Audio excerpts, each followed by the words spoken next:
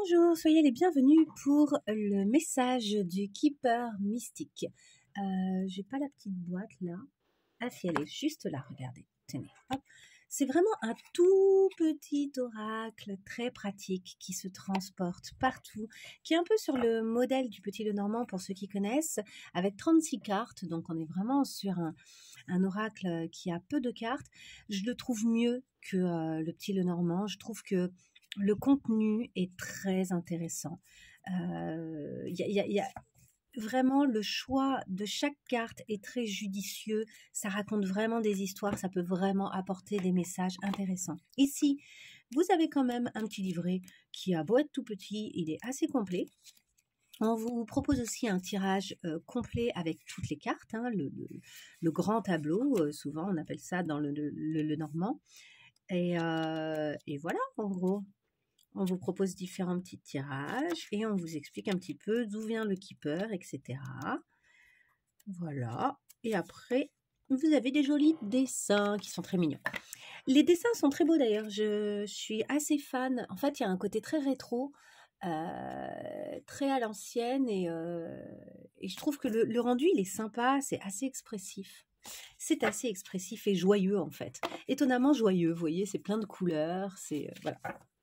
Pourtant, ça ne dit pas que des messages sympas, ça parle vraiment de tout.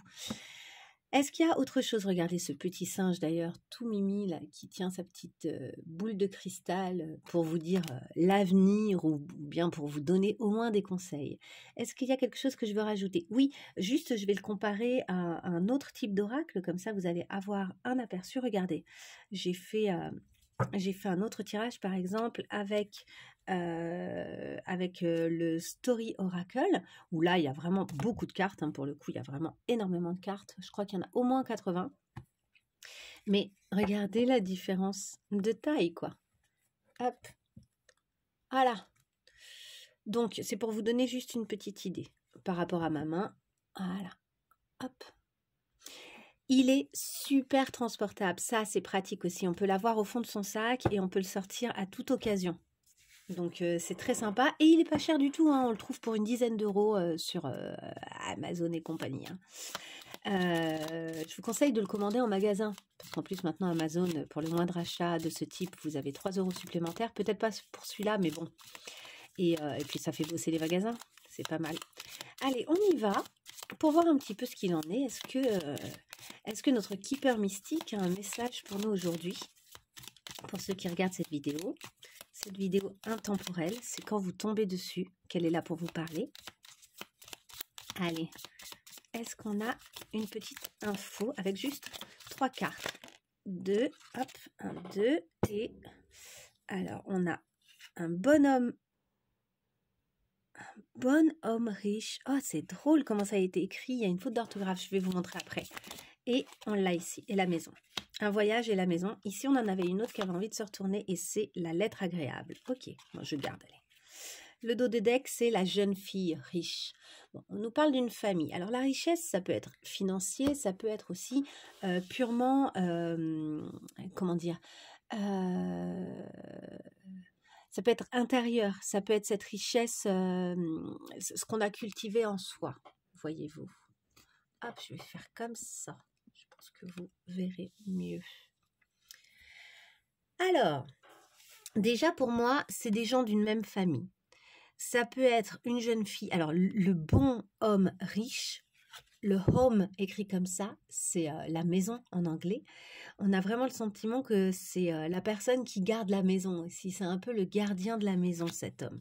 Le gardien du bien-être de la famille. Un peu le patriarche, mais encore jeune là. On voit que c'est quelqu'un qui construit sa richesse, qui peut-être travaille beaucoup. Ici, on a la notion de voyage. Il y a peut-être un éloignement entre ces deux personnes. C'est cette jeune fille riche-là qui se questionne, je pense, et qui réfléchit à tout, et qui attend cette lettre qu'elle va probablement recevoir. Donc, il y a une communication qui est très agréable, malgré un éloignement de ce qui représente la maison. Il y a quelque chose qui relie ces personnages. Je pense que cet homme représente le foyer. Et il il est quand même dans une stratégie. Vous voyez, il est en train de jouer aux échecs contre comment ça s'appelle? Un iguane. Je crois que c'est un iguane. Donc il est en train alors l'iguane pourrait très bien se saisir des pions en fonction de ses envies et les gober d'un coup avec sa langue qui va super vite. Mais tout ça a l'air de se passer avec une espèce de parcimonie et de délicatesse très sympathique. Il a son petit verre de vin rouge. On est dans une forme de détente aussi, c'est-à-dire qu'il y a de la réflexion dans une détente, dans une après-midi. C'est une après-midi ensoleillée. Là-bas, je ne sais pas si vous voyez au fond, on a un petit oiseau qui est en train de survoler. Il y a cette idée de survoler une situation, de réfléchir avec tactique à une situation. On le retrouve ici, cet oiseau, sous une forme bien différente, puisqu'ici, je trouve qu'on dirait j'allais dire un vampire, une chauve-souris. La chauve-souris, le symbole, je ne sais pas trop ce que c'est. En tout cas, on a le chien, donc vraiment, c'est quelqu'un qui part avec toutes ses affaires et qui emmène même son ami fidèle. Donc là, il y a peut-être un véritable éloignement entre deux personnes. Et pourtant, ce lien avec la maison, ici, le chat est resté, ici, c'est le chien qui s'en va, vous voyez. C'est chacun a gardé son animal. Il y en a un qui est resté à la maison comme pour garder la maison. On a la notion de pleine lune, le loup-garou. Ici, on a une sorte de manoir. Il y a un truc un peu comme ça. La nuit s'éclaircit grâce à la lune et on y voit plus clair sur la façon dont on se transforme. Je vous envoie tous les messages qui me viennent, hein. Et justement, on parle de transformation ici, et on a plein de papillons. Donc là, c'est vraiment les animaux qui volent, quoi. Ici, on a plutôt un aigle, une buse qui s'élève et qui essaye de voir la situation dans son ensemble, de prendre de la hauteur. Ici, on a vraiment... En fait, on quitte une situation avec toutes ses affaires, mais en même temps, finalement, on emmène un peu ses cauchemars aussi. C'est-à-dire que c'est pas parce qu'on s'éloigne d'une situation qu'en fait, on n'emmène pas avec soi dans ses bagages ce qui nous ennuyait, hein. La fuite n'est pas forcément la solution, mais peut-être qu'un éloignement est nécessaire pour autant, hein. Ici, la personne qui garde la maison commence à y voir plus clair, commence à trouver des solutions et comprendre de façon assez instinctive. Autant le chien représente la fidélité, autant le chat, c'est quand même beaucoup l'instinct et la ruse aussi. Parce que le chat se laisse pas faire, il obtient souvent ce qu'il veut. C'est un peu lui qui mène tout le monde à la baguette, hein. C'est quand il veut, comme il veut, quoi. Donc il y a un petit côté comme ça. Ici, la personne y voit un peu plus clair. Et ici, il y a reprise de communication vraisemblablement. L'un contacte l'autre.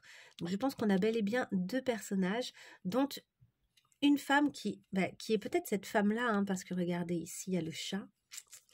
Il y a le chat qui est resté, et ici, c'est plutôt un homme qui part en voyage. Donc peut-être que c'est cet homme qui, après réflexion, a eu besoin de s'éloigner de la maison, laisser la maison, il a pris de la hauteur. Pour prendre de la hauteur encore plus, il s'éloigne. S'éloigner ne lui retire pas pour autant ses soucis.